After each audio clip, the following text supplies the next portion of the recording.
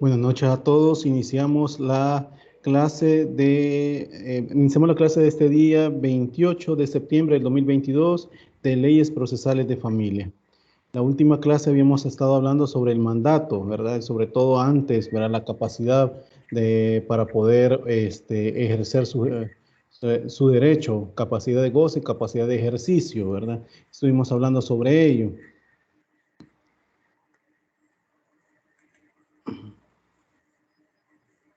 José Merino, por favor, quite el micrófono, por favor. Bueno, antes de todo, debo de decirles que, ¿verdad? Estamos en la semana de exámenes diferidos, ¿verdad?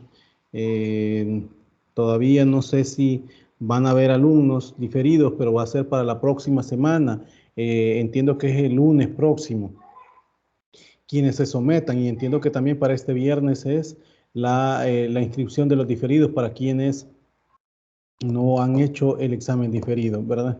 Las notas será, a menos que la universidad nos cambie, porque por lo que ha habido de los huracán, ¿verdad? Del huracán, de las últimas situaciones que ha pasado de climáticas, ¿verdad? Va a ser a más tardar el día domingo que se suban las notas, menos que la universidad nos diga otra cosa. Eso ante todo. Bueno, eso actividad más el examen o el examen ordinario que quienes ya lo hicieron, ¿verdad? Bueno, no, inicio pues preguntándoles si hay alguna duda que quedó por parte de ustedes con respecto a lo que hablamos la última clase. Si no, pues inicio con la clase siempre con el concepto ya propio de el mandato. ¿Sí? No sé si me logran escuchar, si logran ver también la diapositiva. Claro. Sí, se ¿Sí? escucha y se mira. Sí. Ok, gracias, muy amable. Bueno, inicio con la clase. Como ustedes ven en la diapositiva, el concepto propio del mandato, ¿verdad? Está determinado en el Código Civil, y así como lo ven en la diapositiva, está en el artículo 1875, cuando habla de la figura del mandato, y eso lo ve como un contrato, ¿verdad? Así como lo ven en la diapositiva, y esto lo he copiado yo, ¿verdad? Tal cual el artículo lo menciona, y dice que es un contrato que una persona confía la gestión de uno o más negocios a otros, que hace cargo de ellos por cuenta y riesgo de la primera. Así lo conceptualiza la ley. Debo decir, o como es sabido, por decirlo así, ¿verdad? El contrato de mandato es de mucha incluso aplicación práctica. Esto para cuestiones meramente en el tráfico jurídico, no solamente dentro de los tribunales, sino que fuera de ellos, ¿verdad? Ya que de acuerdo a Somarriba, incluso como autores, perdón, que, se, que mencionan sobre esto, pues lo mencionan, ¿verdad? Que es de esa forma como un contrato, y la ley no escapa de eso. Muchas veces sería imposible incluso pues que las transacciones jurídicas, ya sea porque los contratantes están en lugares diversos, por decirlo así, o se hacen ausentes del territorio de la República, o por otras circunstancias, necesitan de este contrato propiamente tal, y obviamente ante los tribunales para que su representación ante ¿cómo se llama? Comparezcan ante abogado, pues, y puedan contestar las pretensiones por las cuales han sido demandados. Debo decirles que también el hecho de este tipo de contratos, ¿verdad? Hay muchas características que lo determinan, propias, ¿verdad? Y entre las principales, tal cual aquí se las he puesto en la diapositiva, ¿verdad? Del contrato de mandato encontramos, ¿verdad? Que es un contrato principal. Cuando digo contrato principal, es eh, porque subsiste por sí mismo sin necesidad de otro contrato, ¿verdad? Es decir, por sí solo, ¿verdad? Subsiste. Llamado contrato principal porque es para su validez y su cumplimiento. Le basta con una sola existencia y no requiere de un contrato accesorio que lo refuerce. ¿Sí? Por eso es principal, pero de existir ese contrato accesorio, no implica menoscabo en la fuerza propia del contrato principal, ¿verdad? Y que el mandato cobra vida, ¿verdad?, por autonomía y sin necesidad de figuras adicionales que lo refuercen.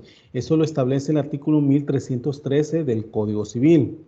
Ahora bien, es bilateral, ¿verdad? Cuando hablamos de esta característica que es bilateral es porque las obligaciones son recíprocas, simultáneas para ambas partes, es decir, para el mandante y el mandatario, ¿sí? Solo establece el artículo 1310 del Código Civil. Ahora bien, otra característica, y esto lo vemos aquí en la diapositiva, ¿verdad?, es unilateral. Cuando hablamos que el mandato es unilateral, perdón, el mandato también puede ser unilateral si impone obligaciones a una sola de las partes o según sea el arbitrio de las partes, ¿verdad?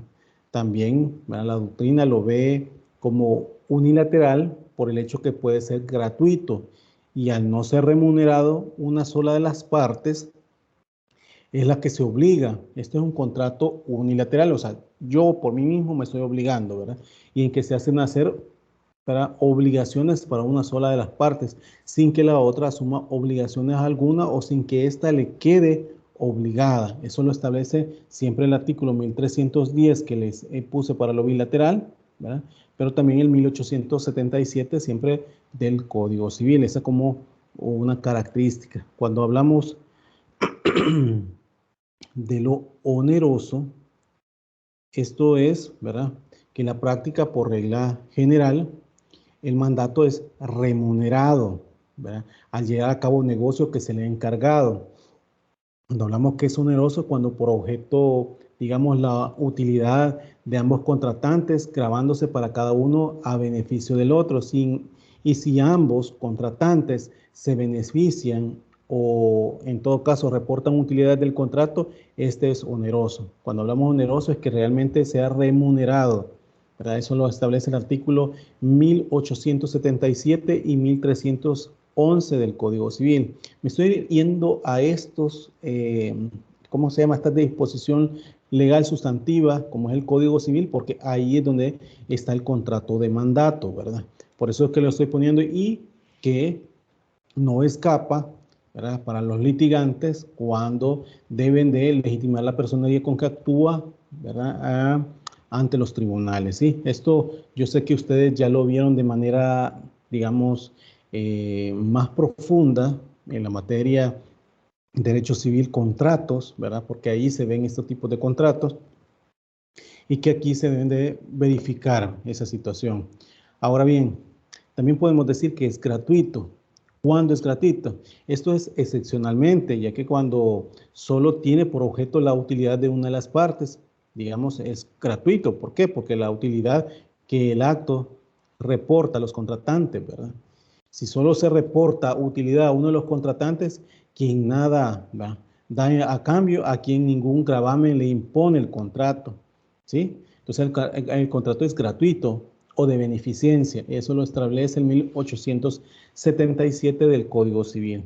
Esto recordemos también que da en situaciones también que más adelante vamos a ir hablando con respecto a las clínicas jurídicas, ¿verdad? Clínicas jurídicas que también dan todas las universidades, empezando de la Universidad Nacional y las universidades privadas, que dan asistencia legal gratuita a los usuarios que necesitan de ello, ¿verdad? Así como que fuera la Procuraduría.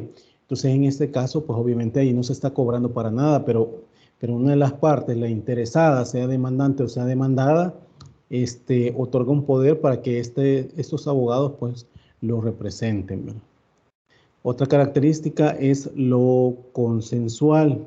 Cuando hablamos de esto de lo consensual, nos estamos refiriendo, es decir, que se perfecciona pues por medio de consentimiento de ambas partes contratantes y excepcionalmente puede ser formal porque debe constar por escrito.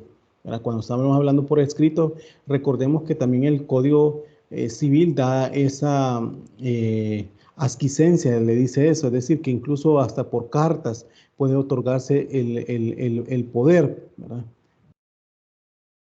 Permítame, hay alguien, Soraya, dice, buenas noches, disculpen, no iba a resolver el parcial o a compartir las notas. Soraya, como lo dije al principio, ¿verdad? Las notas todavía no se pueden meter porque hay tiempos establecidos en la universidad, ¿verdad? Les dije que eso va a ser para el día domingo porque se han adelantado incluso con el problema que hubo de clima. Entonces, esa es una situación. Lo otro es con respecto a los diferidos. Entonces, esa no nos han dado indicaciones, pero si mientras no cambia la situación, será para el día domingo, a más tardar que ustedes tengan las notas. Y vamos a resolver el examen la siguiente sesión, que sería el día lunes. ¿Para qué? Para que ustedes tengan, puedan tener las respuestas sobre las cuales en el mismo examen, ¿verdad? Entonces, ¿y por qué razón tienen las notas? Aunque yo ya les estoy poniendo ahí a cada uno el porqué de la situación, ¿verdad? Pero vamos a resolverlo en su momento, ¿verdad? Entonces, para que lo tomen en cuenta, Soraya, eso lo dije al principio de la clase. Bueno, entonces, ahora bien, cuando hablamos de esto, pues lo consensual, perdón, como les decía, es perfeccionado por medio del consentimiento de ambas partes contratantes, ¿verdad? Esto remitiéndolo al 1884 civil y 1314 siempre civil, ¿verdad? Es sinalagmático imperfecto, ¿verdad? ¿Por qué? Porque ya que existen originalmente obligaciones para el mandatario, o sea, la persona a quien se le confirió, pues por incumplimiento del mandante, este puede ser obligado para el caso aún contra su voluntad. Es decir, es sinalamático e imperfecto porque el momento de su formación impone obligaciones solo al mandatario, pero que en el transcurso de su vida entra a obligar al mandante, ¿verdad? Y eso lo establece el artículo 1899 del Código Civil, ¿sí? Otra característica que podemos ver también es el conmutativo. Cuando hablamos que es conmutativo, es porque las prestaciones se miran como equivalentes y las partes están en situaciones de determinar desde su celebración el beneficio o pérdida que el contrato les va a reportar. Es intuito persona, como otra característica, puesto que el mandante confía su negocio a la persona que merece su confianza. Por tal razón, el mandatario se convierte, ¿verdad?, en representante de las decisiones del mandante, ya que el mandante ve las buenas o malas calidades o cualidades de una persona. Es por eso que hablamos de lo intuito persona o personaje, ¿verdad? Debido a que por el fallecimiento de una de las partes, el mandato se extingue. Eso lo establece el 1923, ordinal quinto del Código Civil, pero también lo establece el Código Procesal Civil y Mercantil en el artículo 72, ¿verdad? Es nominado. Cuando hablamos que es nominado este contrato como característica, porque tiene su calificación, denominación y desarrollo en el Código Civil, ¿verdad? Un contrato es nominado cuando está regulado en el código y en otras leyes. Es decir, se hace atendiendo al nombre que les da la ley y principalmente a las circunstancias que el contrato esté o no reglamentado por la ley. Hay que dejar, ¿verdad?, en claro que no es nominado en atención a que el contrato tenga un nombre o no, sino que el contrato sea reglamentado por la ley, es decir, determinado por la ley y tenga en la legislación positiva un casillero especial. Eso lo establece el 1875 y siguientes siempre del Código Civil. Más adelante vamos a ver que en materia de familia, ¿verdad?, se acepta el poder específico que se le llama por lo que establece el artículo 10 y 11 de la Ley Procesal de Familia. ¿Cuál es ese poder específico? Que es el determinado, es un escrito dirigido ante el juez donde ahí dentro de ese escrito nomina al mandatario, ¿verdad? El mandante denomina al mandatario. ¿Para qué? Para que lo represente en el juicio, ¿verdad? Entonces esas son las características que podemos ver en el caso del mandato, ¿verdad? Ahora bien, cuando hablamos de de esta clasificación propia, ¿verdad?, o estas principales características propias del contrato, también hay otras características, ¿verdad?, del mandato. Cuando hablamos que el mandato es individual, cuando una persona es el mandante y la otra el mandatario.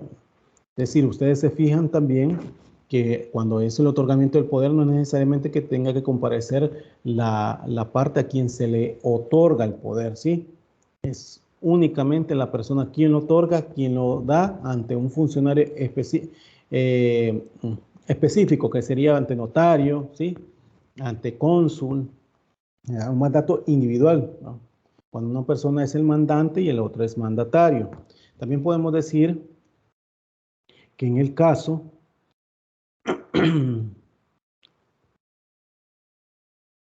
puede establecerse, ¿verdad?, un poder plural o colectivo.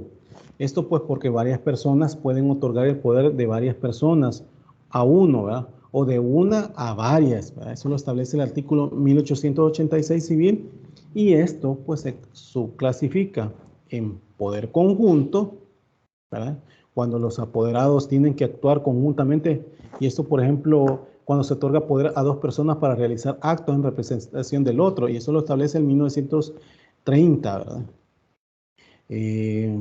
Cuando hablamos de lo conjunto también, conjunta o separadamente, que le decimos, ¿verdad? Eso también el Código Procesal Civil Mercantil lo establece en el 71, ¿verdad? Cuando hablamos de conjuntos, varias multiplicidad de apoderados que pueden estar en representación de la parte, sea demandada o demandante. Un poder puede ser sustitutivo, ¿verdad? Es decir, se da cuando se señala un orden en la actuación de los mandatarios. Por ejemplo, cuando se expresa que actúa A en cierto acto o diligencia, y que en caso de no poder actuar, que actúe B, ¿verdad? O sea, yo digo, bueno, mire, conjunta, bueno, que también le pongo conjunta o separadamente, o también vengo y digo, lo sustituyo, ¿verdad?, para que me pueda representar este otro apoderado. Entonces, aquí puede hacerle el abogado, pues, quien lo representa. Por eso es un poder sustitutivo, ¿verdad? También puede ser un poder divisible. ¿Y esto cuándo puede ser? Cuando la gestión encomendada se divide entre cada uno de los mandatarios. Eso lo establece el artículo 1987 del Código Civil. Por ejemplo, cuando A le encarga a B para que venda y a C para que compre, ¿verdad? Es divisible, ¿verdad? El poder es divisible porque uno se encarga de comprar y el otro de vender, ¿verdad? Entonces, ven la diferencia, ¿verdad? Uno, aunque los poderes para el caso de la venta, no así para el caso de la compra, de la venta, tiene que determinarse puntualmente el inmueble que se está otorgando la venta, ¿verdad? Pero también en el caso de la compra, obviamente que ahí no se le faculta para que compre X inmueble tal, pero no es necesario que vaya en toda la descripción porque por lógica, ¿verdad? El mandatario, mandante, perdón, solo está poniendo las características de un inmueble que puede ser uno u otro, pero le encomienda ¿para qué? Para que lo compre, ¿verdad? Eso, por decirlo el caso, en lo que se divide la clasificación de estos de poderes, o sea, el que estamos hablando, ¿verdad? Del individual, plural o colectivo, ¿verdad? Y de este plural y colectivo es que se divide en conjunto, sustantivo, sustitutivo, divisible, ¿verdad? Como lo miren aquí en la diapositiva. También puede haber un poder especial y un poder general. Sobre esto es que también debo de detenerme, ¿verdad? Cuando hablo de un poder especial y un general, porque no es lo mismo poder específico que establece el artículo 10 y 11 de la Ley Procesal de Familia como el poder especial, ¿verdad?, que determina el artículo 1890 del Código Civil. ¿Por qué? Porque, vaya, cuando se otorga un poder, general o especial, o uno general con cláusula especial, es porque hay, digamos, facultades que otorga solo de esta manera y que pueden considerarse válidas, ¿verdad? Por eso es que así lo ha determinado el artículo 1890 que les estaba diciendo. Por ejemplo, cuando se establece que para la administración de un negocio se da un poder general administrativo para la gestión de ese negocio, ¿va? Incluso un poder especial como que se otorga para la venta de únicamente un inmueble. Sí, porque se determina, se establece, ¿verdad? Por eso es especial, ¿verdad? Un poder general con cláusula especial, como es el caso donde se otorga poder a favor de una persona con facultades de administración y las posibilidades de poder vender un inmueble. Entonces, en la práctica, incluso los abogados hacen poder general judicial porque quieren un poder amplio que se otorgue y también lo específico les valga la redundancia, le especifica en el mismo mandato, ¿para qué? Para que se pueda promover un proceso de familia, me invento, de divorcio, de cuidado personal, de régimen de visita, de suspensión, de pérdida de la autoridad parental, etc. Entonces ustedes ven en este caso lo específico, lo especial, perdón, que es en este caso, pues, que se determina puntualmente qué es la encomienda que se le da. Ahora bien, lo específico que se determina por parte de los artículos 10 y 11 de la Ley Procesal de Familia es que ese poder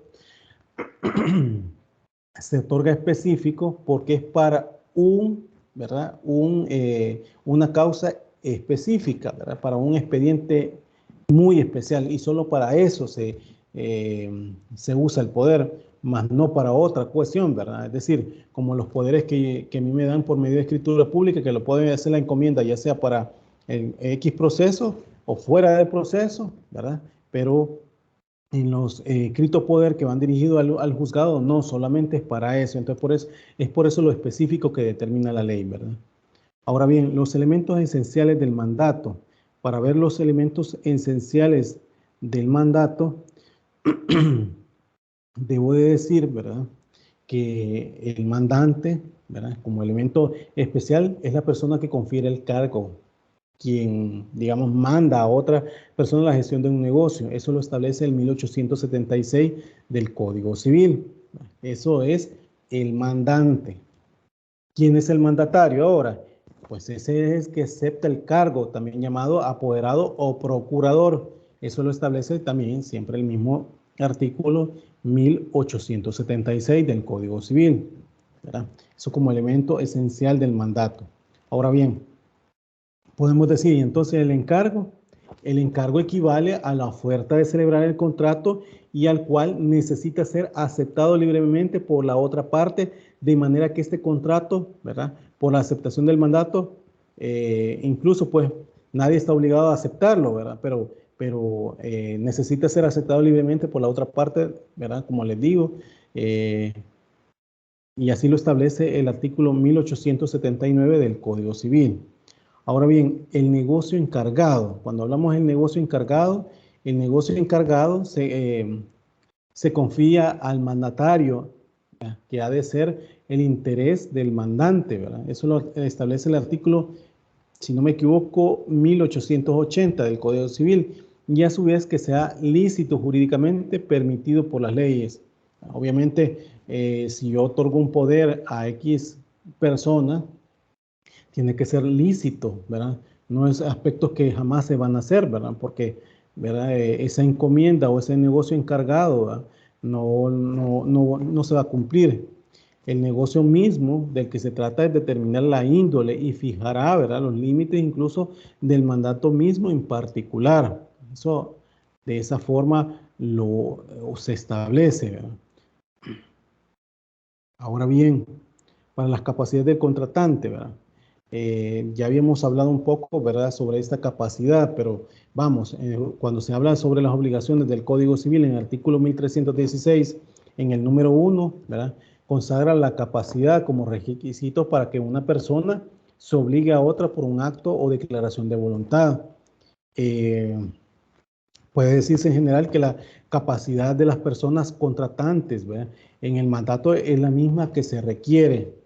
Eh, Sin embargo, lo relativo a este contrato es conveniente tratar por separado la capacidad de ambos contratantes, ¿verdad?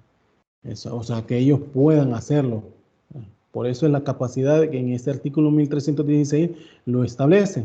Ahora bien, la capacidad del demandante, en lo que respecta al mandante, se siguen las reglas generales sobre su capacidad, como se los di en la clase anterior, ¿verdad? Y a veces es especial para realizar ciertos actos jurídicos del mandato. El mandato se da por el mandante con la sola finalidad de que se cumpla un acto jurídico en su nombre. Se exige entonces al mandante, para la validez del mandato, la capacidad necesaria para concertar el acto jurídico que se haya de realizar, ¿sí? Eso pues tomando en cuenta en la capacidad del mandante, ¿verdad? Ahora bien, la capacidad del mandatario no ocurre lo mismo, ¿verdad? ¿Por qué? Porque está en diversa situación y porque obra en nombre de otra persona y no se obliga personalmente, es decir, no es de él. Pues hay que distinguirse la capacidad de obligarse para el mandato y la capacidad necesaria para la representación del mandante. La ley nos habla acerca del caso, ¿verdad?, de niñas, niños o adolescentes no habilitados, ¿verdad?, de edad que se constituye el mandato, pues, o el mandatario. ¿Verdad? Y en este caso podemos decir que existe una incapacidad relativa. ¿Por qué? Porque para el legislador, el relativamente incapaz tiene voluntad, aunque le falte ciertas consistencias, por lo que el mismo artículo 1888 del Código Civil, ¿verdad?, regula que los actos realizados por niñas, niños o adolescentes no habilitados de edad serán válidos respecto de terceros en cuanto se obliguen a estos y al mandante, ¿verdad? Pero la obligación del mandatario para con el mandante y terceros no podrán tener efecto sino según las reglas relativas a los niños, niñas y adolescentes, ¿sí? Recordemos que les estuve diciendo yo la clase anterior también, para el caso de otorgamiento de poder, ¿verdad?, las obligaciones que realmente pueden ejercer este tipo de personas, sobre todo el mandatario, ¿verdad? Porque, vaya, el mandante, ya les dije, ¿verdad?, que el 218 de la Lepina establece que una capacidad, por la capacidad progresiva de la parte de los adolescentes, en el entendido de adolescentes mayores de 14 años, de 14 o más, ¿verdad?, pueden otorgar poder y solo le da la ley, les limita para el caso de pérdidas o suspensión de la autoridad parental, que tienen que comparecer por medio de su representante. En este caso sería del Procurador General de la República, ¿verdad?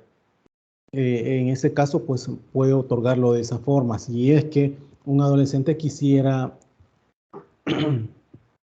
otorgar poder, ¿verdad?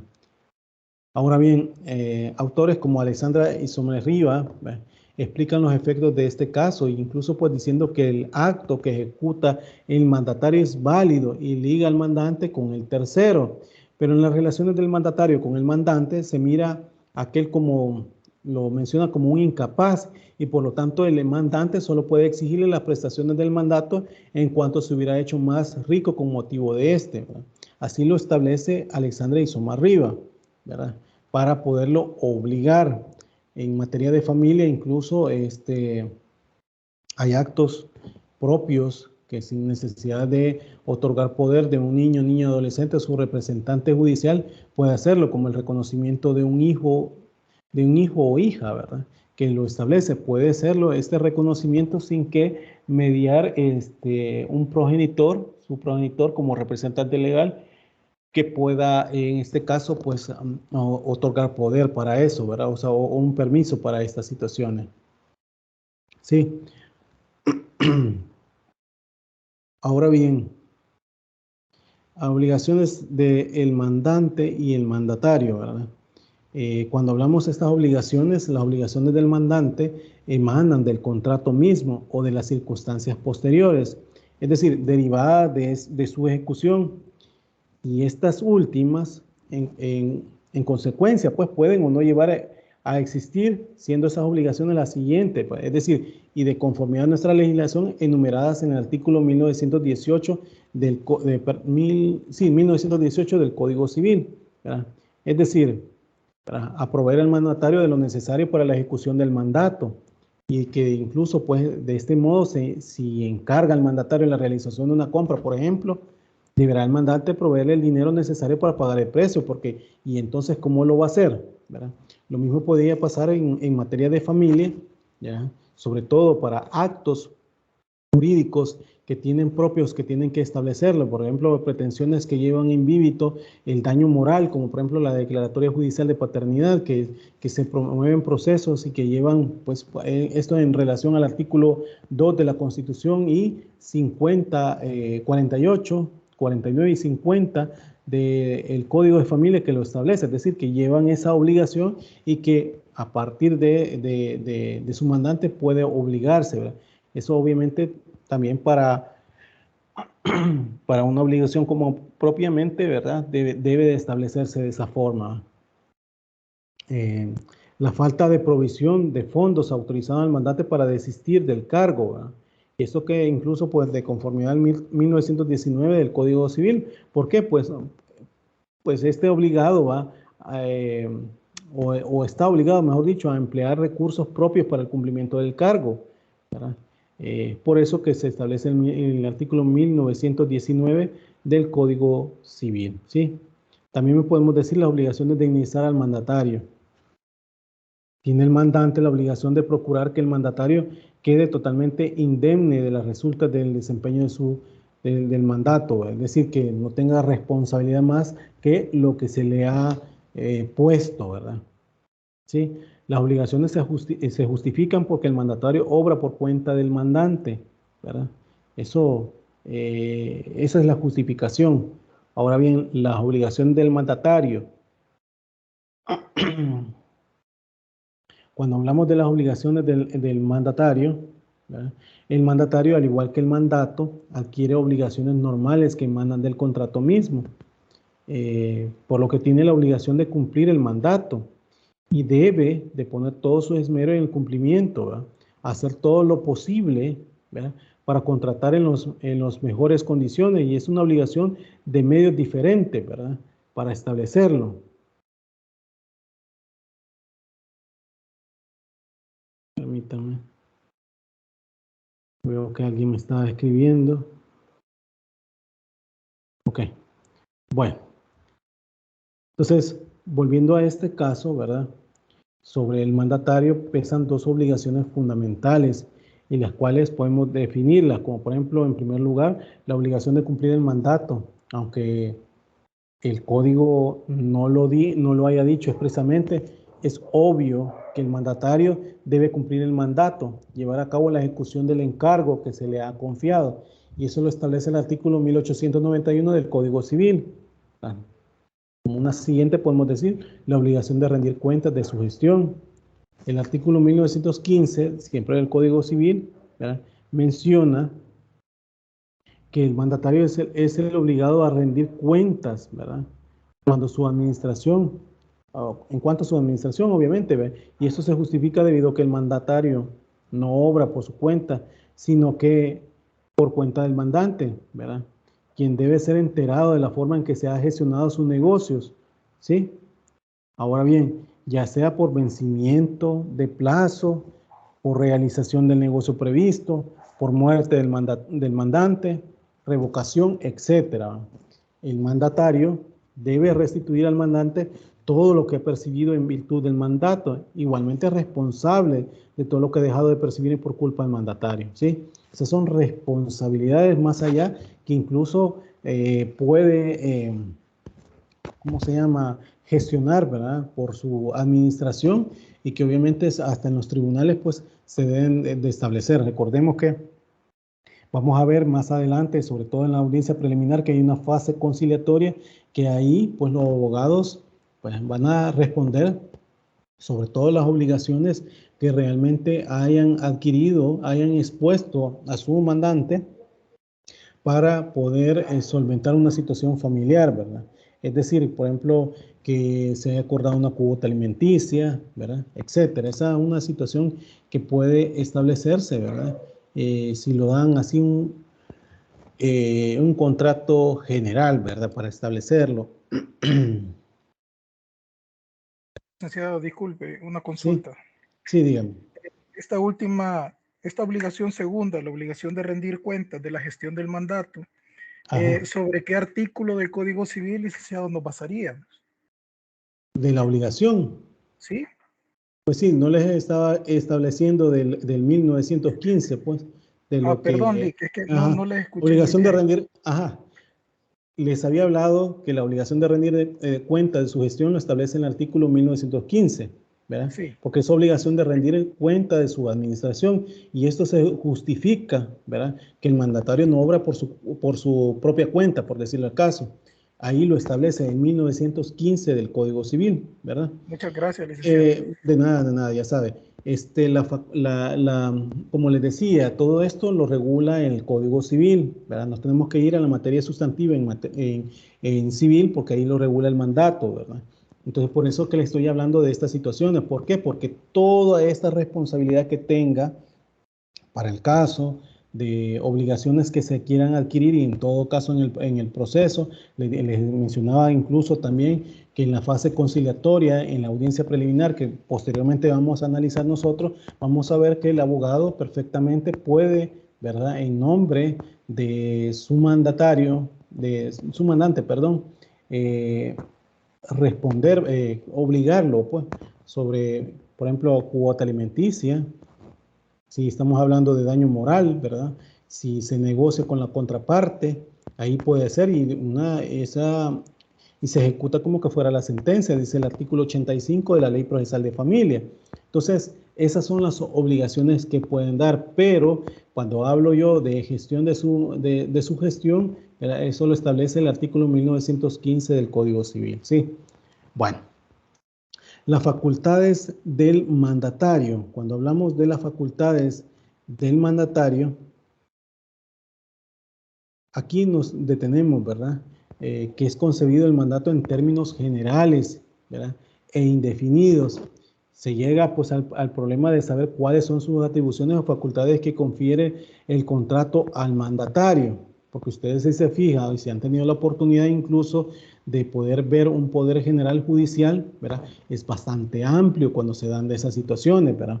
Y no es específico, sino que es general, ¿verdad? El artículo 1800, si no me equivoco, 92, establece, ¿verdad?, que el mandato no confiere naturaleza al mandatario más que el poder de efectuar los actos de la administración. Así lo dice la ley en 1892. Y tal disposición incluye, ¿verdad?, que para todos los actos que salgan de estos límites necesitará de poder especial, ¿verdad? ¿Por qué? Porque no está determinado. Entonces, solo queda el mandatario investido de la facultad de ejecutar los actos de administración. Aunque el mandato le autorice, digamos, para obrar del modo que más le convenga o le otorgue la libre administración del negocio o negocios que se le hayan encomendado. Podemos poner multiplicidad de ejemplos, pero para decir, por ejemplo, que A, ¿verdad?, otorga poder administrativo a B, pero que, ¿para qué? Para que administre un restaurante con el tiempo, incluso pues este restaurante genera pérdidas y deudas a A, por decir el caso. Incluso podemos decir que B considera que la resolución sería vender el restaurante, pero en este caso no sería posible, ya que como lo regula el artículo 1892 del Código Civil, ¿verdad?, que les he mencionado, aquí habría las únicas facultades de B son las de la administración, ya que para vender tendría que tener un mandato general con cláusula especial o un mandato especial para vender el restaurante. ¿Por qué? Cuando hablo lo de especial, es porque está encomendada una acción propia, ¿verdad?, muy personalísima de las personas, ¿verdad?, valga la redundancia, muy personalísima de las partes, por decir el caso. Aquí en materia de familia se ha dicho para estos casos, por ejemplo, los divorcios por mutuo consentimiento. Si ustedes ven el artículo 108 del Código de Familia, bueno, dentro del divorcio ustedes saben que hay 3 causales. ¿Para qué? Para divorciarse. Y eso lo establece el artículo 106 del Código de Familia. ¿Cuáles son? Mutuo consentimiento, ¿verdad?, por separación de los cónyuges durante 1 o más años consecutivos, la segunda, y la tercera, por ser intolerable la vida en común de los cónyuges. Cuando estoy hablando del mutuo consentimiento de los cónyuges, estoy hablando que aquí impera la autonomía de la voluntad, es decir, ambos cónyuges están de acuerdo, llegan, ¿verdad?, a establecer todos los supuestos que determina el 108 del Código de Familia. Pero imaginémonos que, y es lo común que pasa, que los cónyuges están separados, uno está en Suiza y el otro está en, ¿qué?, en Estados Unidos, por decir el caso, ¿sí? No pueden otorgar el convenio porque están lejos, ¿verdad? O viceversa, uno está en Suiza y otro está en ¿qué?, en El Salvador, ¿verdad? Entonces, el que está en Suiza otorga el poder y a X abogado, ¿para qué? Para que comparezca ante notario y otorgue el convenio. ¿Bajo qué circunstancias? Bajo las que establece, ¿verdad?, las del artículo 108 del Código de Familia. Entonces, todas esas, por ser personalísimas, donde dice, ¿verdad?, la liquidación del régimen, la cuota alimenticia, si hay bienes, cuidado personal, base de actualización, etcétera, todo eso que establece el 108, ¿verdad?, tienen que estarse establecidos en el poder así específico, especial, perdón, donde se determine toda esa circunstancia. Entonces, ahí, ¿verdad?, los cónyuges pueden hacerlo, ya sea vía notarial o sea, el poder, pues, para que comparezcan vía notarial a otorgar el poder, el convenio, perdón, el abogado, o en todo caso lo haga el día de la audiencia, porque es algo especial que se le ha consignado, pues ese negocio propio, ¿verdad? Que obviamente los cónyuges tienen que determinar si se desean divorciarse, los cónyuges tienen que definir si piden pensión compensatoria, pensión alimenticia especial, cuota alimenticia, bases de actualización, garantía, ¿verdad?, etcétera. Entonces, ahí ustedes ven que obviamente tiene que darle un poder especial, perdón, para esa encomienda y todo establecerlo todo detalladamente. Asimismo, el artículo 1893 del Código Civil dispone que la facultad de obrar como mejor le parezca no autoriza al mandatario para alterar lo sustancial del mandato, ni para los actos que exigen poder o cláusulas especiales, ¿sí? Eso debo de decirlos ante todo. Ahora bien, la prohibiciones hacia el mandato. Cuando hablo de esas prohibiciones hacia el mandato, ¿verdad?, con todas las facultades conferidas al mandato por el contrato de mandato, también tienen ciertas prohibiciones, ¿verdad? Pero, ¿cuáles son? Si la expresa, o digamos, si es expresada autorización del mandato, no es lícito al mandatario colocar al interés el dinero del mandante según lo que establece el artículo 1906, inciso primero del Código Civil, ¿verdad? Eso sin la expresa autorización, o sea, no se le encomienda, no se le establece, ¿verdad? O sea, si yo no lo autoricé, no tiene por qué el mandatario hacer X circunstancia. ¿Me explico? Entonces, esa es una prohibición.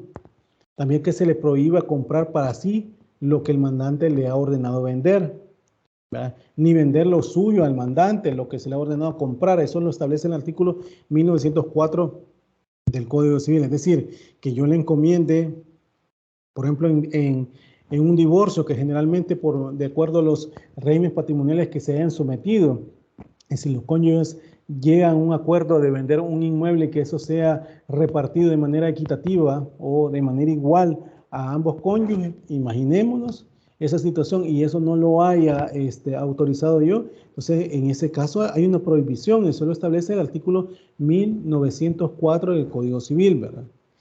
También podemos decir que se le prohíbe apropiarse de lo que se exceda el beneficiario o el gravamen designado en el mandato, ¿verdad? Eso lo establece el artículo 1907 del Código Civil, ¿verdad?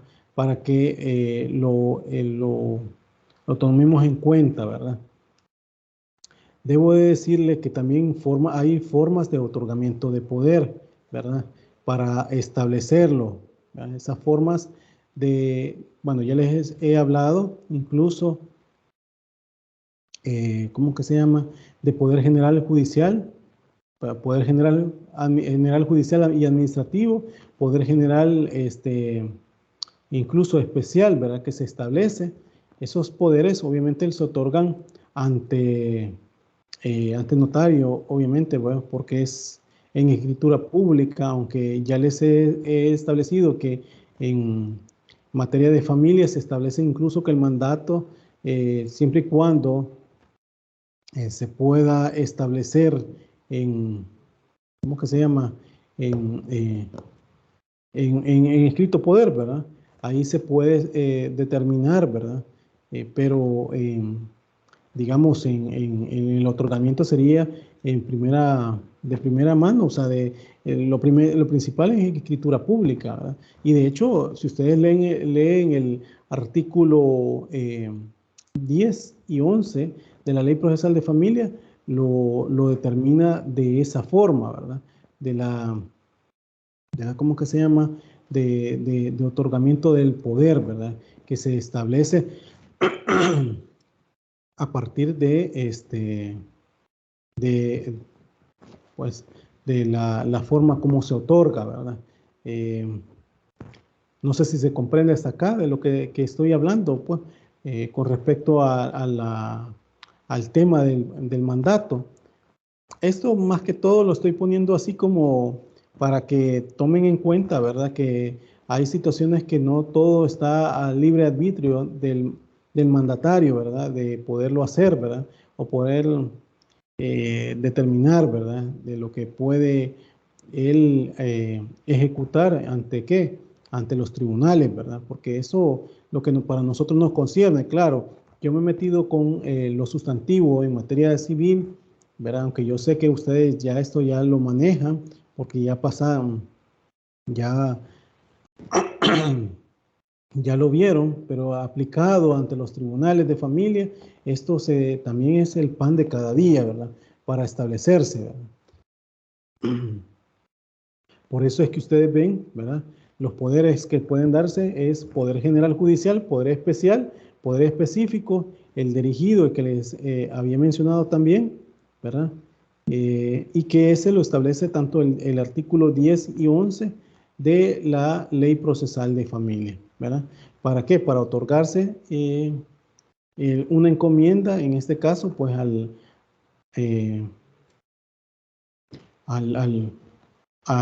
abogado, ¿verdad? Para establecerse como, pues para él, ¿verdad? Para que pueda cumplir con su negocio, ¿verdad?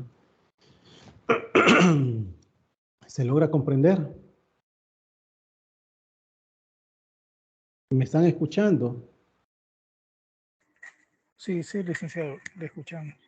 Sí, licenciado. Ok, bueno, debo de decir también, en el caso,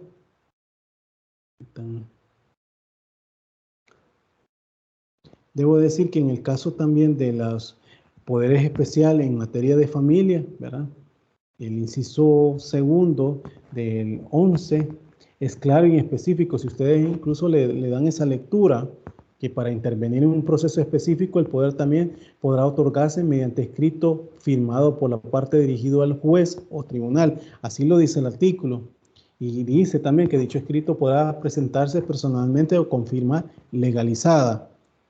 Cuando hablamos firma legalizada, es lo que establece el 54 de la ley notariado, es decir, que deben de verificarse quién lo ha suscrito, ¿verdad? Hay que deducir de tal disposición, ¿verdad?, que un poder no es tal por el formalismo cumplido en su otorgamiento, sino en la mera voluntad de otorgar, ¿verdad?, de conceder a un abogado las facultades especiales de intervenir en un proceso determinado y que en su nombre y representación realiza las actuaciones procesales pertinentes y necesarias para iniciar, proseguir y hasta terminar dicho proceso. Este escrito es tan sencillo que solamente está en situaciones extremas, o sea, que solo en situaciones extremas y con empleados sumamente intransigentes pueden darse algún percance en el momento de ser presentado este tipo de documento. Es decir, imaginémonos que las personas, obviamente por su nivel de instrucción, también hacen una situación que no pueden otorgarlo así, pero también no sepan, ¿verdad?, la forma como se está dirigiendo, pero pues, aquí entra la situación de que algunas de las partes, ¿verdad?, sobre todo en la elaboración del dicho escrito, puedan cometerse errores que no son propios del otorgante, ¿verdad? Sobre esto damos por supuesto el hecho que el otorgante firmará al pie del documento y que por regla general este no se presentará al juzgado, sino que lo hará por su apoderado designado.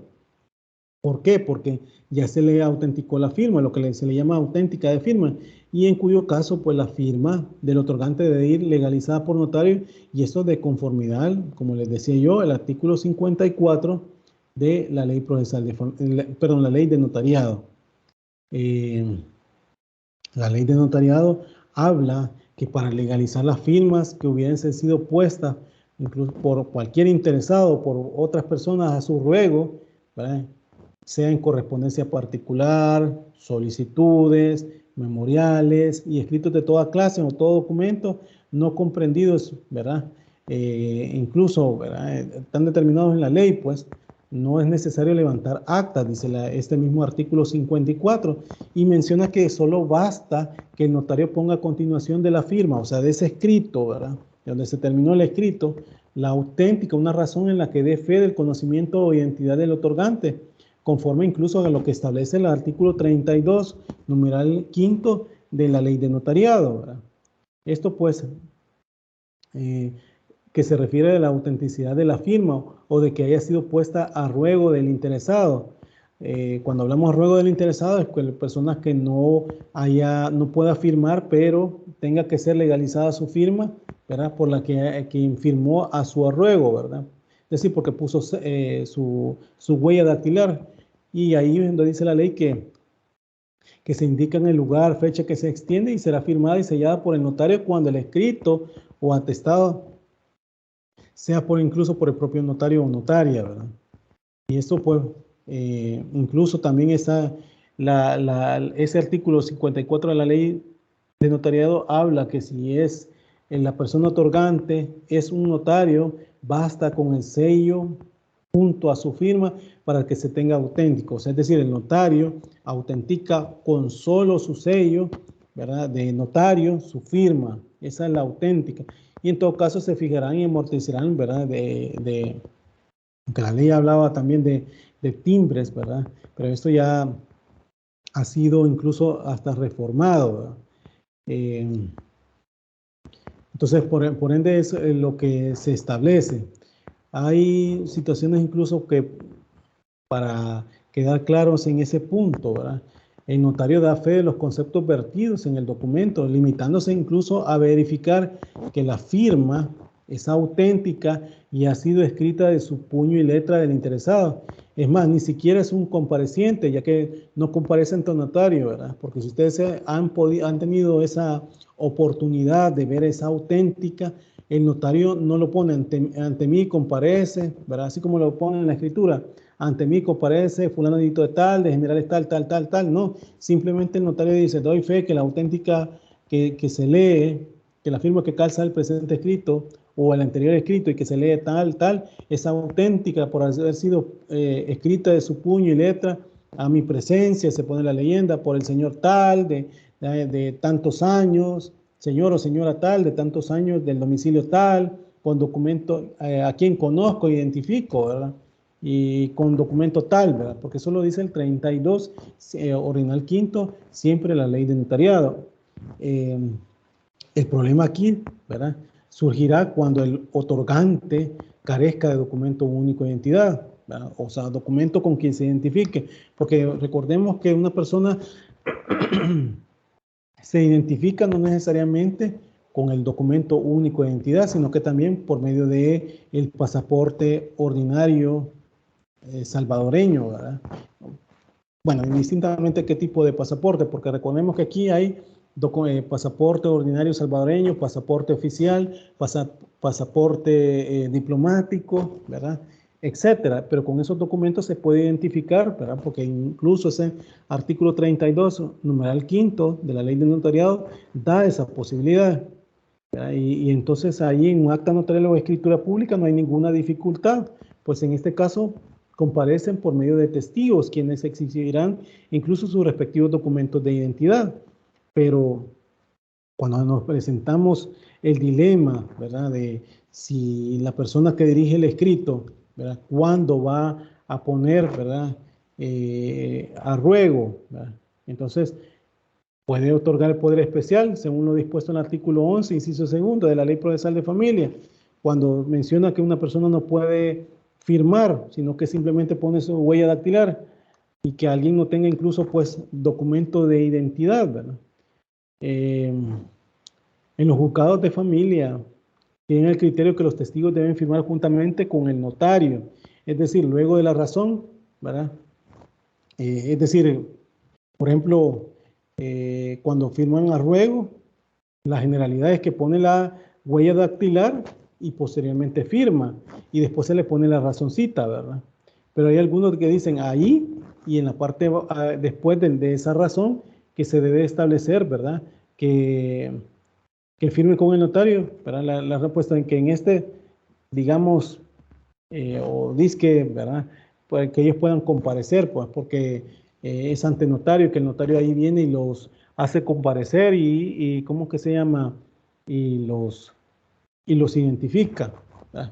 En puridad, el identificar por medio de dos testigos a una persona que no tenga documento de identidad, la ley lo ha diseñado en el entendido que el notario conozca a la persona quien da fe que X persona lo ha suscrito, que X persona que puso su huella dactilar lo ha suscrito, valga la redundancia, o lo ha otorgado el escrito, ¿verdad? Entonces, en estos casos, ¿verdad? Se decía por eso de conocimiento del notario. En la práctica, y siempre se ha dado así, bueno, no sé, desde un inicio, pues por lo menos de lo que yo tengo conciencia, es que siempre se pone, ¿verdad? Que el notario, a quien no conozco, porque el notario dice a quien no conozco, tal persona, tal, quien firma su ruego, a quien no conozco, pero identifico por medio de su documento único de identidad. Entonces dicen, yo no lo conozco, pero lo identifico con tal documento, pero esa persona me está diciendo que en efecto reconoce a tal persona y que tal persona puso, ¿verdad? Aquí hay una cuestión incluso discutible, ¿verdad? Porque para algunos dicen de que en este caso, pues tienen que ser de conocimiento del notario y para otros dicen que no necesariamente tiene que ser conocimiento del notario, simplemente que el notario, ¿verdad? Lo identifique con un documento único, con un documento de identidad, valga la redundancia, a la persona que firma a ruego de ella, ¿verdad? Entonces, en este caso puede ser, ¿verdad? Que para ese caso, ¿verdad? Firme a ruego. Incluso, pues, establecer, como lo dicen los juzgados de familia, que debe de ser incluso fuera, abajo de la auténtica, de donde he puesto su huella dactilar. Es incluso por algunos notarios, perdón, algunos juzgados de familia. Para mí, desde mi punto de vista, pues eso se naturaliza con lo que establece el artículo 54 de la ley del notariado. ¿Por qué? Porque la disposición sirve como asidero legal para legalizar las firmas y ahí dice que se legaliza, se autentica la firma de quien ha firmado a ruego de X personas que obviamente no puede firmar y que pone su huella dactilar. Entonces hay que caer en la conclusión que si la ley de notariado no dijo nada respecto a esa posibilidad, es porque la ley procesal de familia aún no existía cuando fue promulgado. Es decir, la ley de notariado, recordemos que viene de 1900, si no me equivoco, 30, entonces no se establecía, ¿verdad? Y en ese tema, la ley de familia o ley procesal de familia establece de 1994 para acá. Aparentemente queda un vacío legal para firmar por quien no tiene documento de identidad. Es decir, no puede otorgar poderes especiales, es decir, utilizar el derecho para negar sus derechos. Yo creo que en este caso pues hay que ser, y sobre todo evitando ritualismo, como lo dice el 23 de la ley procesal de familia, ¿verdad? Que se puede otorgar mediante escrito, por medio de la huella dactilar y que la otra persona esté incluso, ¿cómo que se llama?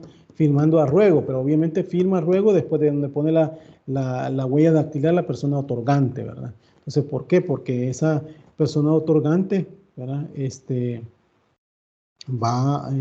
Lo otorga, valga la redundancia, otorga el poder o el escrito, ¿verdad? Y la otra están dando fe de que ellos, ¿verdad?, lo conocen, ¿verdad? Entonces, y el notario está identificando o individualizando a las personas que realmente tienen documento de identificación.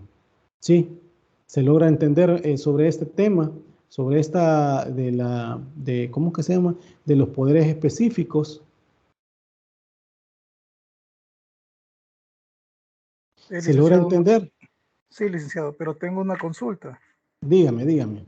Sí, vaya, en el caso de que un extranjero quiera otorgar el poder y este no tenga pasaporte, sino que solo tiene el documento de su país, por ejemplo, el DPI en Guatemala, o las credenciales de lector en México. ¿Cómo se puede hacer en este caso según lo que expone el artículo 54 mencionado, 32, perdón, es que de la ley del notariado? Perdón que lo interrumpa. Del 54 lo refiere al 32, numeral quinto de la ley de notariado, siempre, ¿verdad? Sí. Pero ahí habla también, si usted se fija, de los extranjeros, no solamente personas nacionales, sino que extranjeros. Obviamente, ahí lo habla bien generalizado, porque también es el pasaporte también, ¿verdad? O sea, cualquier documento de identificación de esta persona que lo individualice, el notario tiene la obligación, valga la redundancia, de identificarlo. Tiene esa obligación. Ahora bien, también el supuesto es cuando no tengan documentos de identidad, ¿verdad? Y que indistintamente sean nacionales o extranjeros, ¿verdad? Entonces, cuando no son nacionales o extranjeros, obviamente se identifican por medio de 2 testigos. Ese es el supuesto que estoy poniendo, ¿verdad? Entonces, porque cada persona, cuando son extranjeros, se identifican con el pasaporte, pero si no lo tuvieran, pues con su documento de identidad. ¿Sí? ¿Se logra comprender? Sí, licenciado, muchas gracias. Ok. Entonces, ese es el supuesto. La verdad que en los escritos poderes o escritos específicos que determina tanto el 10 y 11 de la Ley Procesal de Familia, hay muchos, digamos, negación, digamos, por decirlo así, de parte de los tribunales que podrían admitir, qué escritos pueden admitir y qué no. ¿Se acuerdan cuando yo les hablaba sobre también de los juzgados, de las zonas donde hay más de un juzgado de familia? Hay receptoras distribuidoras de demandas, ¿sí? Entonces, si este artículo 11 habla que debe de establecer, ¿verdad?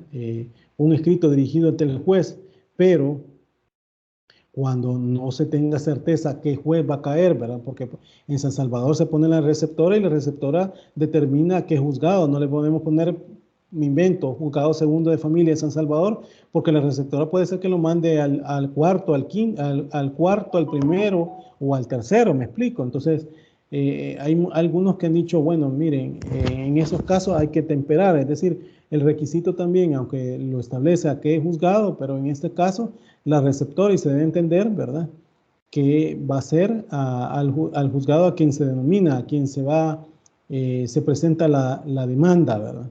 Porque, por ejemplo, la demanda al final le ponen, ¿verdad?, señor o señora juez o jueza de familia, ponen rayita de familia de San Salvador, ¿va? Por ponerle, digamos, no establecer alguna, ¿cómo que se llama? Algún error, puedes decir que yo ponga al primero y la receptora me ponga al tercero, por decir el caso. Entonces, y ahí me pueden decir, mire, no lo otorgó para él, ¿va? Claro que cuando estamos refiriendo a poderes específicos, debe ser, valga la redundancia, específica, en donde la persona pues le otorga el poder, le diga para promover X proceso, digamos, de divorcio, de tal causal, o de pérdida de la suspensión de la autoridad parental, etcétera, ¿verdad? Pero sí, tiene que ser determinado y digamos, requisitos para su admisión podría ser, ¿cuáles requisitos? Pues obviamente los requisitos que establece el artículo nada más 10 y 11, ¿verdad? Y esto en consonancia con lo que establece el 54 y 32, ordinal quinto de la ley de notariado. ¿Para qué? Para su otorgamiento y que esto obviamente, ¿verdad? Sea pues solo con lo de la auténtica, un escrito sencillo, que en la práctica pues en materia de familias, igual que en penal, al igual que en materia laboral, se otorgan mediante escritos dirigidos, ¿verdad?, ante el juzgado y autenticados, ¿verdad?, por notario con respecto a la firma, ¿verdad?, o firmas a ruegos, ¿verdad? Entonces, eso es nada más para los poderes. Debo de decir que en este caso, pues, hay que establecer, ¿verdad? En los poderes específicos, el poder específico que es dirigido al juzgado de familia, nada más en su contenido, que es el proceso. Imaginémonos que también vengan las partes, la parte demandada, ya hay un proceso determinado. La parte demandada, ahí sí, ya tiene qué juzgado lo está sustanciando el proceso, el número de causa, ya tiene el nombre del mandante, de la parte actora, el nombre de su abogado, ¿sí? Entonces ahí todo eso se incluye en el contenido del poder, ¿verdad? ¿Por qué? Porque ahí, por eso es que se dice específico, porque ahí se debe determinar toda esa situación. Pero cuando son parte actora, es decir, cuando promueven proceso, ¿verdad? Sí se debe determinar en el cuerpo lo que les digo, ¿verdad? Para promover proceso y todo, pero no así para el número de referencia porque no la sabe, no así también para el caso de dirigirlo al juez, ¿verdad? Porque sobre todo cuando hay lugares donde hay receptores y distribuidores de demanda, también no se puede o no se establece, ¿verdad? O no se puede determinar, ¿verdad? Entonces, en ese supuesto, ¿verdad? Bueno, no sé si hay preguntas para esto, ¿verdad? El poder en realidad es bien amplio. El tema de poder, ¿verdad? Las responsabilidades que pueden haber también por A o B circunstancias, ¿verdad? Los abusos en el caso pues de una encomienda que se haya establecido y que pueden haber responsabilidades incluso penales, civiles, ¿verdad? Si nos ponemos a pensar entre las partes, porque puede pasar esa situación, ¿verdad? Por las obligaciones que propiamente tal y que obviamente tanto mandante como mandatario están obligados, porque puede haber digamos, un abuso del derecho en el contrato de mandato y los efectos jurídicos de los actos realizados por el mandatario, incluso por responsabilidades, ¿verdad? De tipo incluso civil y penal, ¿verdad? Eso pueden haber. Incluso hay teorías, creo que ustedes lo han de haber visto, teoría del abuso del derecho al contrato de mandato, ¿verdad? Que se establece qué tanto podemos llegar a un abuso, sobre todo que pueden haber por parte del mandante o el mandatario, ¿verdad? Pueden haber esas teorías. También actos abusivos relativos por el mandatario. En nuestra legislación, digamos, salvadoreña, no existe expresamente regulado el abuso del derecho, ¿verdad?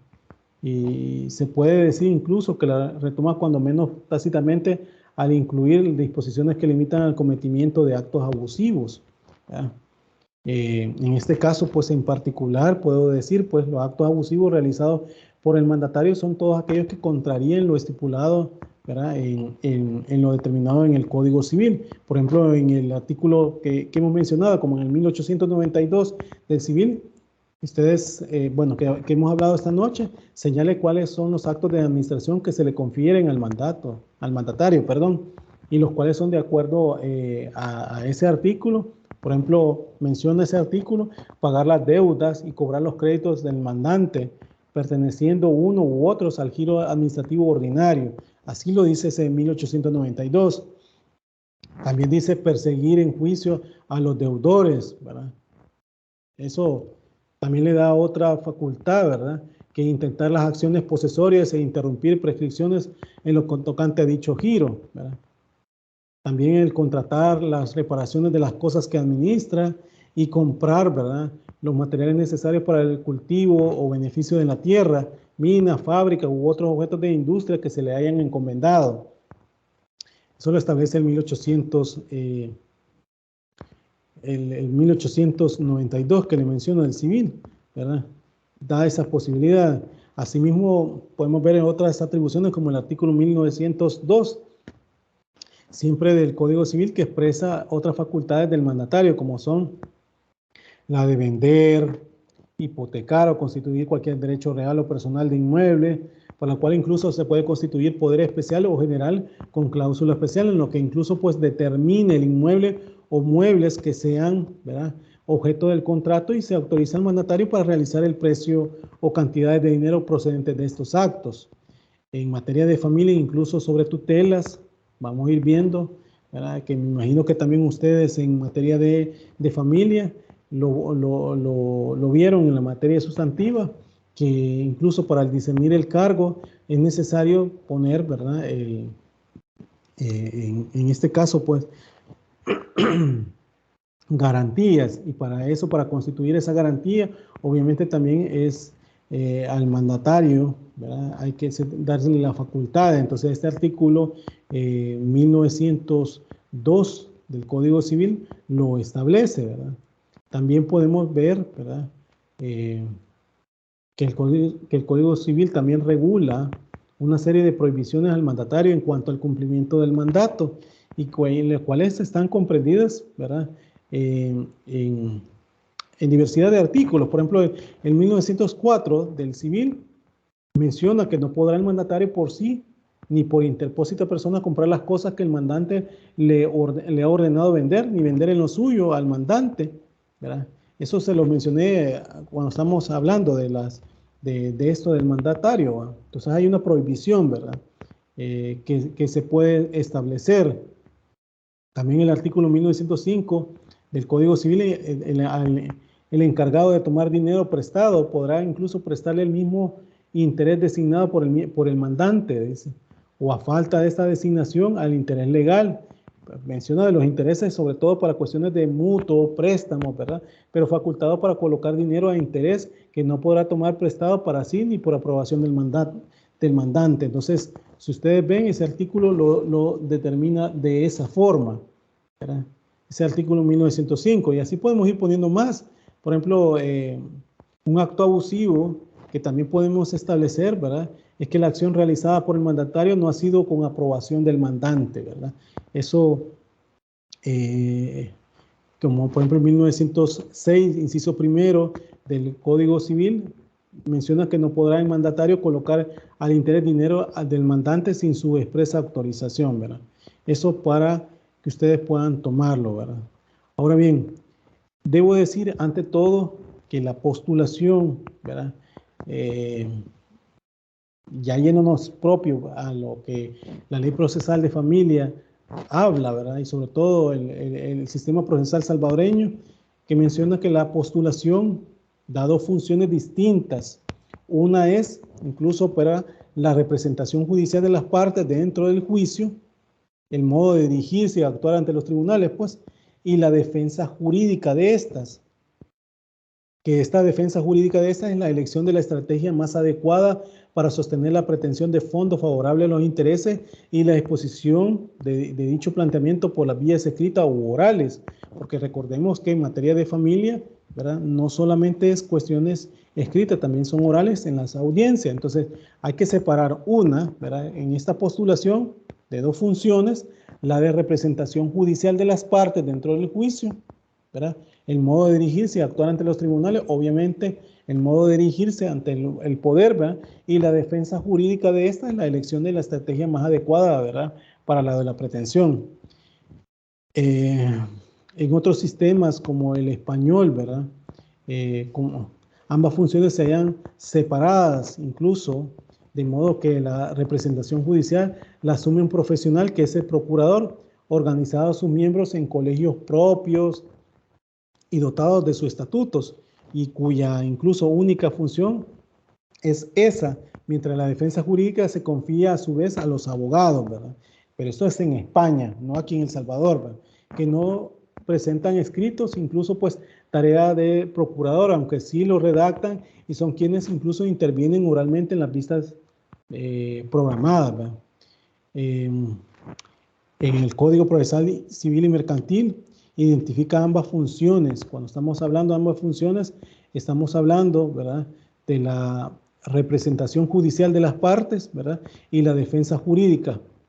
La representación judicial de las partes y defensa jurídica. Vuelvo y repito, ambas funciones en los artículos 67 y siguiente del Código Procesal Civil y Mercantil, habla que asignándolas conjuntamente, se asignan conjuntamente los abogados, que es el único estamento profesional existente, digamos, pues, existente con respecto a la Procuraduría General de la República, el Ministerio o Fiscalía General de la República, ¿va? Y en todo caso, casi siempre que utiliza el término procurador en la ley, lo hace en realidad para referirse a la faceta de representante civil, judicial, más que la de defensor. No cabe confundir en todo caso la representación judicial, ¿verdad?, que el abogado o procurador en todas las variantes de representación legal o voluntaria que conlleven a un tercero a sostener un juicio de los derechos e intereses ajenos. Estas últimas, digamos, como hemos visto, son instrumentos de integración de la capacidad procesal, cuando de manera imperiosa o facultativa el titular no puede desempeñarse por sí mismo como parte dentro de la contienda. Aquí la representación judicial a la hora que prestamos atención es la que se requiere siempre para poder actuar ante juez y ante las demás partes y terceros intervinientes del proceso. Desde esa perspectiva, la postulación es un requisito esencial dentro de la debida constitución de la relación jurídico-procesal y su ausencia determina la falta de un presupuesto del proceso, ¿verdad?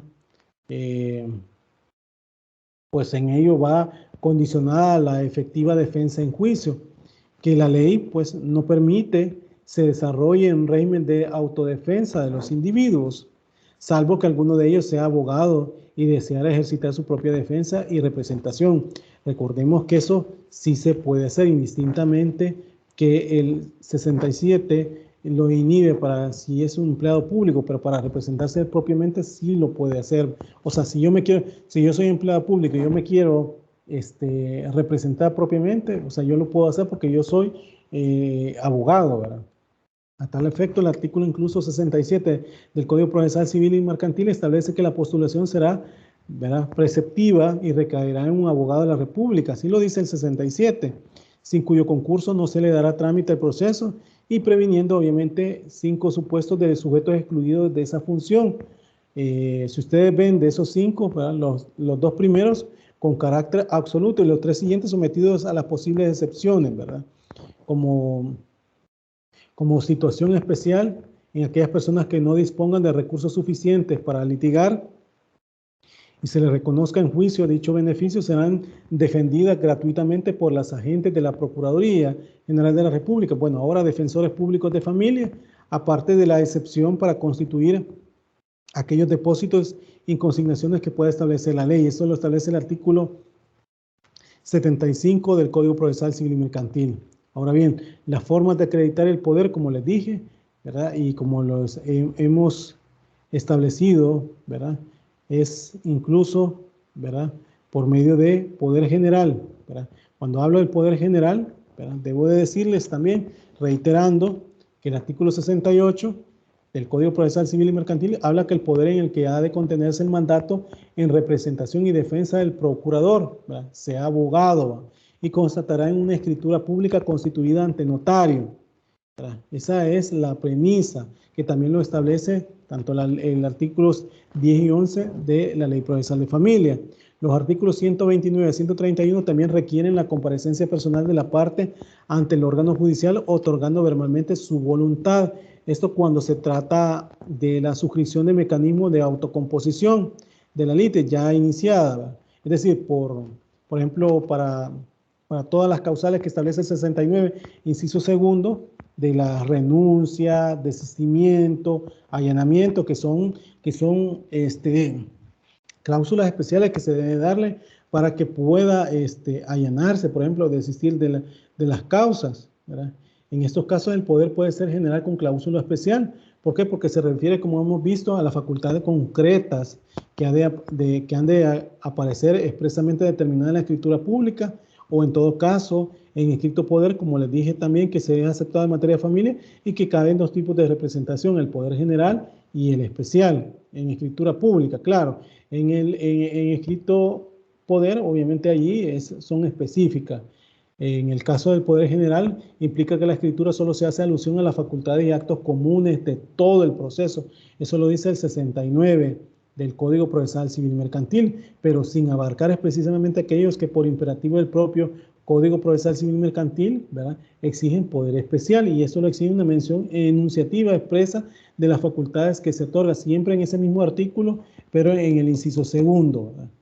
Ahora bien, el poder general puede otorgarse para un proceso concreto, ya iniciado o por entablarse, ¿verdad?, sin que por ello deje de ser general, siempre que se enuncie, como ya le hemos hablado, que se indiquen, pues, o bien puede ser un poder general sin determinación de una controversia concreta, lo que significa que puede servir para que ese y para que cualquier otro litigio donde haya que actuar un cliente, ¿verdad?, o alguna persona, pues precisamente no está limitada a una causa judicial única, ¿verdad? Otra cosa, ¿verdad?, es que el abogado llegue a plantear un proceso sin consentimiento previo de su cliente, de su representado, lo que puede deparar a aquellas responsabilidades, ¿verdad?, que pueden tener, como lo que hemos hablado también previamente. ¿Ve? Y otra cosa también será la posibilidad que en cualquier momento del representado de revocar ese poder cuando lo estime conveniente, pero mientras no lo haga, el poder valdrá para todo el proceso. Y eso también lo establece el 72 del Código Procesal Civil Mercantil. Ahora bien, el poder especial, se habla de poder especial en aquellos casos donde se exige específicamente que se constituya así o por norma, ¿verdad? Eso lo establece el 69, párrafo segundo, ¿verdad? También cuando el poder se circunscriba, ¿verdad?, al enunciado de facultades concretas, y a la vez, desde luego siempre, ¿verdad?, cuando se trata del ejercicio de poder de autocomposición, disposición del objeto litigioso, para que, como por ejemplo, para que el que se exija el enunciado expreso de lo que se otorga, exigiendo que abarque también a la transacción judicial, a pesar de no decir nada al respecto. Eso lo establece el artículo 132, Código Procesal Civil y Mercantil, que determina, como se ocurre en los casos, otros mecanismos de esa índole. Ahora bien, para el caso del el Código Procesal Civil y Mercantil habla de poder especial para la finalización anticipada del proceso. Sin embargo, por razones de lógica, no parece que deba comprender en esa exigencia la simple información de, digamos, al órgano judicial cuando suceda de que se ha producido un hecho extrajudicial, pero que tiene implicación en el desarrollo de la litis. Por ejemplo, la pérdida o extinción de la cosa litigiosa, un acto de satisfacción extrajudicial de la pretensión, es decir, fuera de los tribunales hayan arreglado las partes, y son hechos que de afectar el proceso, lo que es el margen de los poderes del procurador en juicio, pues no se trata, digamos, en hipótesis de disponer nada, sino de incorporar una información extrajudicial al proceso, porque la misma incluso resulta útil para la evolución y desenlace incluso, y que siendo en ello provoque su finalización anticipada. Esto lo digo porque también recordemos que dentro de los procesos hay salidas alternas al mismo, que también puede establecerse, ¿verdad?, como un desistimiento,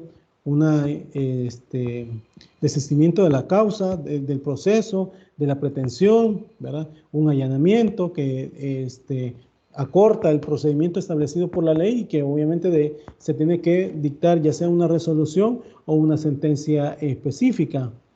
Ahora bien, no resulta incompatible un poder general que contenga además determinadas facultades especiales, lo que es incluso, ¿verdad?, lógico que ocurra con frecuencia para así no tener que hacer dos poderes por separados, ¿verdad? De ese mismo modo, ¿verdad?, como puede otorgarse el especial una vez iniciado el pleito, pero sin que quepa, eso sí, que el propio interesado inste la autocomposición del objeto litigioso, pues no es él, salvo en los actos personalísimos de prueba, sino su abogado el que se comunica con el tribunal, y precisamente solo cuando éste incluso a su vez dispone de la representación necesaria deba hacerlo. También podemos hablar en el caso de las facultades de los procuradores, ¿verdad?, que pueden haber situaciones como ya hemos señalado, que existen incluso dualidades en las funciones del representante judicial y su defensor en la parte en todo el proceso, que incluso pueden incidir, ¿verdad? Podemos decir que de un lado, en cuanto a la gestión procesal estricta, se le encomienda la presentación de escritos, ¿verdad?, la recepción de copias de estos que le entreguen las demás partes, el recibir notificaciones que conciernen a su podernante, inclusive la de resoluciones judiciales que pongan fin al proceso. Esto es en sentencia o en caso de auto definitivo. Eso lo establece el artículo 176 del Código Procesal Civil y Mercantil, ¿verdad? También debo decir que por el abogado, como hemos venido señalando, es el vínculo relacional con su representado, con el órgano judicial y con las demás partes. Y es una, digamos, tarea que le corresponde en exclusiva sin que pueda admitirse la intervención propia del litigante. Eso lo establece el artículo 71 del Código Procesal Civil y Mercantil y que se actúa de esta regla como es el natural. El artículo 70, inciso final, y 71 del Código Procesal Civil y Mercantil lo menciona, que aquellos actos que la ley debe de entenderse directamente con las partes, ¿verdad? El artículo 177 como el emplazamiento para contestar la demanda y el interrogatorio en audiencia de la prueba. También podemos ver otro caso, como por ejemplo en cuanto al papel de consejero y defensor jurídico del litigante. El artículo incluso 70 del Código Procesal Civil y Mercantil que menciona que una vez concebido el poder, ¿verdad?, el procurador deberá prestar el asesoramiento y defensa jurídica de la parte. Esto se entiende que todo estado y grado de la causa, mientras no acaezca, alguno de los motivos legales para el cese de la actividad a que luego se hace referencia, pues, incluyendo la actuación en los actos orales que se produzcan dentro del procedimiento. Eso lo establece los artículos 70 y 71 del Código Procesal Civil y Mercantil. Es algo tan importante como, por ejemplo, la aceptación del poder. Esto de la aceptación del poder también podemos decir que atendiendo que el mandato judicial es un contrato bilateral, como las características que hemos visto, que produce efecto entre ambos sujetos de la relación, no basta desde luego con que el justiciable otorgue el poder. Esto pues acto que no se requiere la presencia ni el consentimiento ante notario del profesional que va a ser designado, solo la manifestación de la voluntad del podernante, sino que resulta preciso un acto de aceptación de la representación conferida, que sin embargo, ¿verdad?, se materializa sin solemnidades de manera tácita en cuanto se constata que el abogado ha empezado a actuar en nombre y en defensa de su representado mediante la presentación del correspondiente poder. Así lo dice el 70 del Código Procesal Civil y Mercantil, ¿verdad? Así ocurrirá también en los casos que tenga lugar la sustitución de un profesional por otro, por revocación del mandato también incluso, y al margen de que se deba lógicamente acreditar el conferimiento del nuevo poder. Recordemos que desde el momento que se otorga un poder, como le dije, de manera unilateral y que la contraparte de manera tácita lo acepta desde el momento que presenta demandas, solicitudes o se persona ante el tribunal ya de un proceso ya encomendado que viene a sustituir un profesional, ¿verdad? Entonces acá en ese caso, ¿verdad?, se entiende pues para los poderes que lo está ejecutando y hay una relación bilateral, ¿verdad? Ahora bien, con la delegación, la ley prevé la posibilidad de que el procurador pueda delegar sus facultades, no sustituciones, sino que delegar sus facultades a favor de otro profesional, inicialmente con vocación temporal y aunque puede resultar definitiva si los motivos que lleva a la delegación no cambia, digamos motivos que puedan ser de muy amplia índole y de la que no se precisa dar explicación alguna. Lo que implica, ¿verdad?, es que la fórmula de la delegación esté expresamente prevista en el poder. Esto pues supone que una ruptura, sea temporal o definitiva, de la relación representativa en que es evidente el podernante que tiene todo que decir, ¿verdad?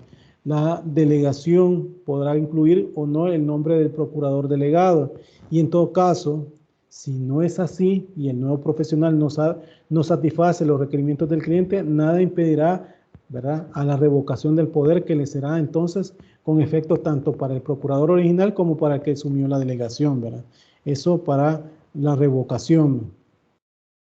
Debo decir que en casos de terminación de la representación, varias pueden ser las circunstancias que provoquen, ¿verdad?, el fin de la relación del mandato judicial y todas ellas por los demás ajustadas en el sentido común y una situación legal o material que imposibilita su continuidad. Por eso se puede incluso determinar, ¿verdad? Como por ejemplo, causas que revocación expresa o tácita del poder, por fallecimiento del poderdante, ¿verdad? Que eso incluso lo determina el artículo 72 del 72 y 73 del Código Procesal Civil y Mercantil, ¿verdad? Que son causas que realmente pueden llegar a culminar o cesar la representación del poder, ¿verdad? Entonces, espero que esta noche hayan comprendido. Yo sé que voy un poquito rápido, pero debo de decirles que también en este caso es necesario que culminemos el programa de la materia. Es bastante extenso y es necesario establecerlo, sobre todo que ya vienen evaluaciones, ¿verdad? Donde las tengo que, valga la redundancia, calificar a ustedes, ¿verdad? Entonces, sobre eso, no sé si hay preguntas hasta esta noche sobre lo que he hablado, ¿verdad? Es importante que también comprendan y que ustedes pues estén preguntando, o sea, de nada sirve que yo esté hablando, ¿verdad? Y si ustedes no van al hilo conmigo, ¿verdad? Los invito a que vean incluso las clases grabadas que voy consignando en la plataforma Moodle o aula virtual de la UTEC para que vayan viendo sobre este tema, pues, y vayan preguntando, porque es importante que lo vayan haciendo, ¿sí? Me dicen si hay alguna pregunta, si no nos vemos para la próxima clase que sería el próximo lunes 3, si no me equivoco, de octubre de este año para la siguiente clase, ¿verdad? Voy a tratar de terminar esto, lo del poder, que esto es lo importante de establecerlo, sobre todo para continuar sobre la unidad, ¿verdad? Ir culminando ya sobre esta unidad número 1. Los escucho si me van, si hay alguna pregunta para evacuarla. ¿Me escuchan? Sí, le escuchamos, Lee. No hay ninguna pregunta por este momento. Solamente una preguntita, una duda que tengo, licenciado. Okay. Y es referente a cuando estaba hablando de la delegación del poder, cuando había un matrimonio bajo la figura del mutuo consentimiento y que las partes, una estaba en El Salvador y otra podría estar en el extranjero.